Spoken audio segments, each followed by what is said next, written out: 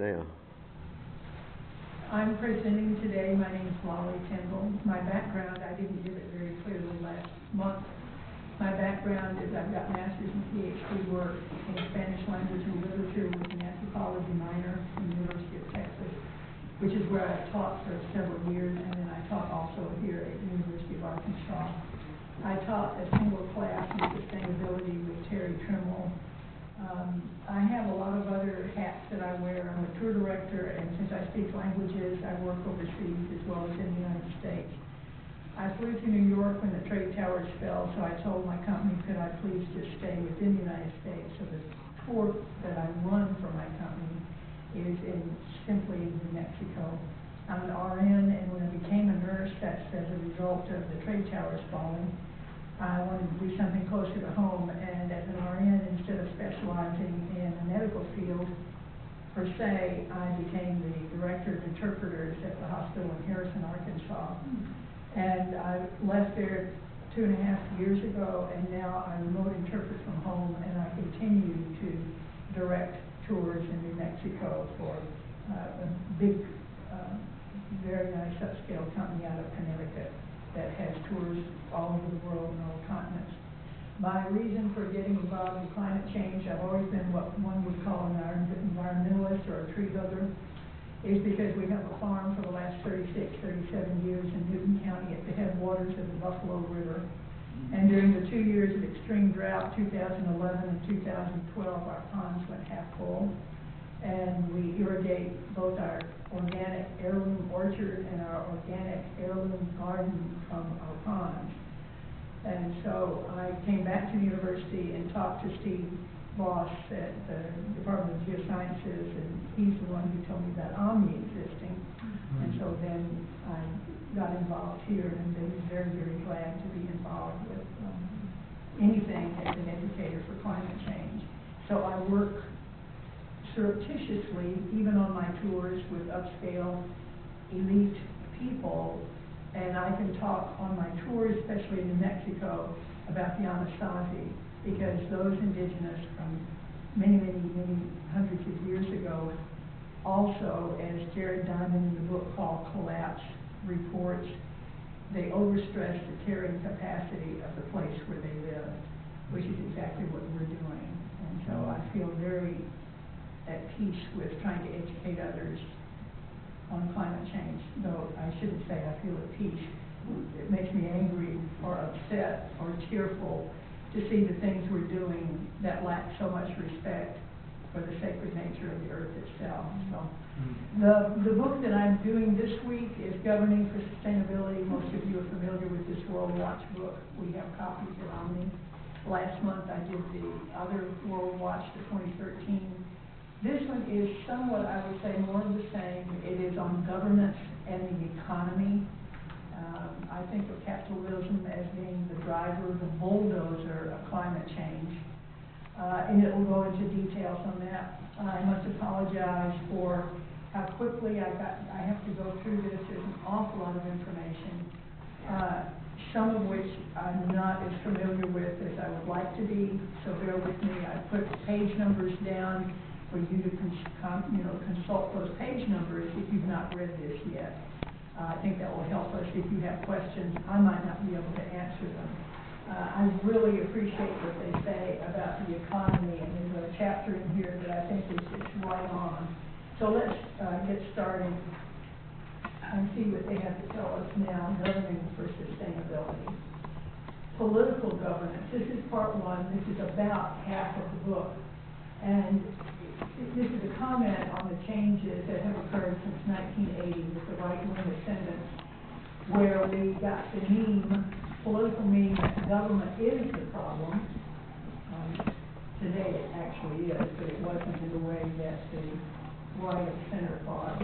And right of center representatives, of course, were Reagan and Thatcher. There was an alliance of ideologues, media tycoons, corporations, conservative economists such as Milton Friedman and Friedrich Hayek. And during this time frame, we have had more wars, excessive military spending. All of this has made us have deficits, impoverishment of the public sector, declining credibility in public institutions on the part of the public. There's been a rise of multinational corporations. The global economy itself has become a rival source, as well as the global corporations, a rival source to the power of government itself.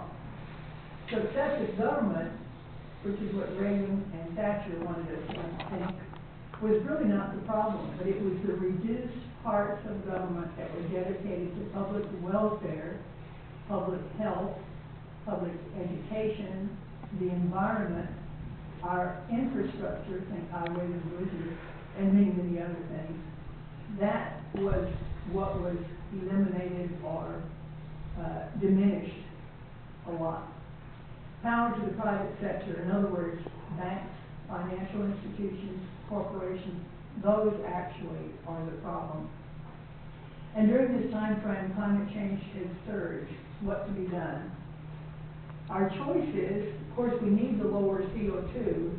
Now, how do we do that? Do we confiscate fossil fuel, the corporations? Do we compensate corporate owners? We do need, perhaps, a rapid development of alternative tech to make fossil fuels uncompetitive. And then there's always geoengineering. To geoengineer the atmosphere to lower the temperature and to buy time. To me, geoengineering is very, very frightening, and we'll get into that later. We do need to reform the global economy. As it is now, the costs are being passed to the poor or in the middle class. We need to change it to become a fair economy, one that pays its own costs. And see, how do we relate to future generations? If we were amongst the indigenous, everything relates to the future generations as well as where we are at this moment in time. Other challenges, as we all are aware, are relocation of coastal inhabitants or island inhabitants, as we already know in the Pacific, the problems they're having. Make agriculture become resilient without fossil fuel. The nitrates and ammonium nitrate come from natural gas, by the way. And then, of course, trucking or flying food around the world is another problem with fossil fuels and agriculture. There are many, many more, but those are just some that come to mind. And expand emergency response systems everywhere. Did you all see the little girl on the news last night? There was a 7-year-old girl who walked away from a small airplane crash. Her dad had taught her emergency response. I was just so thrilled to hear.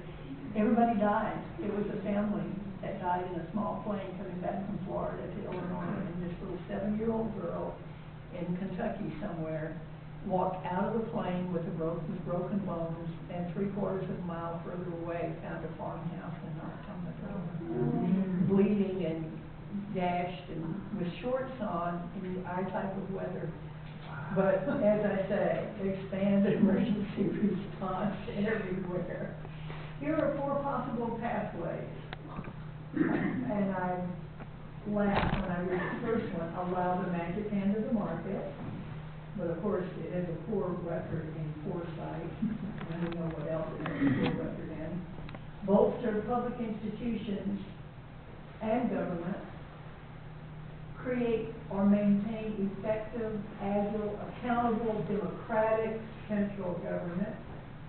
But as we know now, government is so plagued by corruption. Or just reform government. Now, that was more or less an outline of the book, which is on governance and the economy. Here's chapter 1. Failing governance, we will have an unsustainable planet. Environmentalists believe science would drive government action on climate change. Let that sink in. With the dumbing down of America, and we don't believe in the science, but we believe in the politicians instead, you can see why.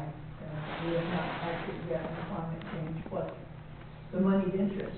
But take a look, too, at what's happened in Canada and Australia, this recent right turn politically. Science is so complex, there is inertia and resistance, and now government is the problem, but in a different light than what Reagan and Thatcher thought. There's a lure of consumerism, the sacrosanct market, deregulation, and privatizing things. Business wants labor costs down, the bloated financial sector. We have Citizens United. We have secret trade negotiations. And TTP is not the only one. There are others going on, as perhaps all of us know. Government should govern, and we could do that by raising energy efficiency, set emission limits, pull away from, for example, interstate road building to go toward public transport, stop fossil fuel subsidies. How many can I say that? How many times can I say that? Teach eco-literacy, because there's a chapter on that too. Would it do any good? Maybe not. Have earth-centered ethics, as so many of the indigenous believe. We also need distributed leadership, meaning all of us can become leaders. We need transparency, accountability, community wealth building. We need new types of strategies, engaged citizenry. The engaged citizenry cannot be emphasized enough.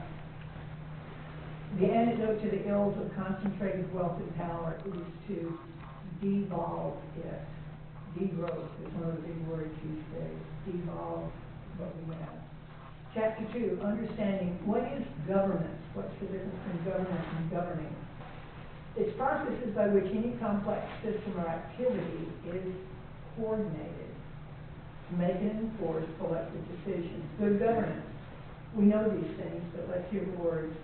Protects human rights, governs by consent, governs sustainably, allows specialization. It must be inclusive, participatory, accountable for fair treatment, and it must resolve disputes and sanctions. The UN Global Compact is reaching out to non-state actors, NGOs, multi-stakeholders, network for transnational problems. And we'll get into that some more a little later. Chapter 3, governance, sustainability, and evolution. How does it happen that humans have so dominated the biophysical processes that the earth and civilization are on the brink? Why is it so difficult to make basic societal changes? Maybe it's due to the failure to recognize the level of conflict in humans. So in human behavior, there's a combination of genetic, developmental, and cultural factors that are not always rational. Now this chapter to me is really interesting because it makes us think about something we hadn't thought about perhaps before. Consumption behaviors are for basic needs and for status. Okay, basic needs and status. And it's necessary to understand why we behave the way we do so that we can get to sustainability and governance. Governance at a community level is cooperative. Go back in time, perhaps during the time when agriculture was first being developed. When it was cooperative, groups survived. Today there's an obsessive focus on the economic theory of self-regulating behavior. That's led economists to deny cooperation except where it's directly beneficial to both parties. Perhaps you know the name Ostrom. She won a Nobel Prize in 2009 in economics. And the principles for management of common property, there's going to be a chapter on the common in here too. At any rate, are the following. A strong group identification, fairness in distributing costs and benefits, consensus for decision making, effective monitoring for efforts and rewards, graduated sanctions, a rapid and fair conflict resolution, sufficient autonomy of a smaller group within a larger group, and then last but not least, appropriate coordination between groups. A lot of this has to do with good communication, by the way. And it can be scaled up, but there is a difference between producing economic surplus versus cooperation for common good. Okay, remember those two items right now. E.O. Wilson, he's a professor emeritus I think he was at Harvard in biology, and he wrote his doctoral dissertation on ants. So he has come up with the notion of ultrasociality. It's a natural selection between competing agriculturists who favored those with the most economic surplus. Think of that when you think of consumerism, or when you think of capitalism. I'm going to let it sink in a second. That led to the human domination of the ecosystems, the explosive population growth, highly hierarchical societies, population surge after the advent of agriculture, and we know within the last 10,000 years, this period is called the Holocene. We're now talking about it as the Anthropocene. As population surged because of a greater food source and a controlled food source, then come really up close to the present day, when we have fossil fuels, and now Anthropocene, or man-made time period. So in only a few thousand years, the Earth has become human-dominated. Changes at a community level to modify evolutionary tendency to accumulate over cooperation have been successful. In other words, at a community level, cooperation has worked, but not at a global socioeconomic level. Little has been done to promote sustainability. So here's the question this chapter leaves us with. Can sustainability be achieved by world government, or will it be taken over by the elites, self-serving dictatorship of the few? Can a bottom-up revolution challenge political and military power of ruling elite and control abuses of capitalism? We can get to the answer if we understand evolutionary dynamics that created the current human enterprise. If we let blind mechanical forces of ultra-social evolution determine our future is bleak. In other words, accumulation. If we just allow for consumerism, capitalism, and accumulation, our future would be bleak. I don't think I understand the ultra-social. Let's go back to that. Here where it talks of E.O. Wilson. Think about an ant society and how everything it's mechanical in a sense. We have very defined roles and so forth. And I think what they're trying to get to here, I wish I had a page number for this, because I won't always remember explanations for these either. Notice natural selection between competing agriculturalists favored those with the most economic surplus. Make that similar in your mind to consumerism and capitalism.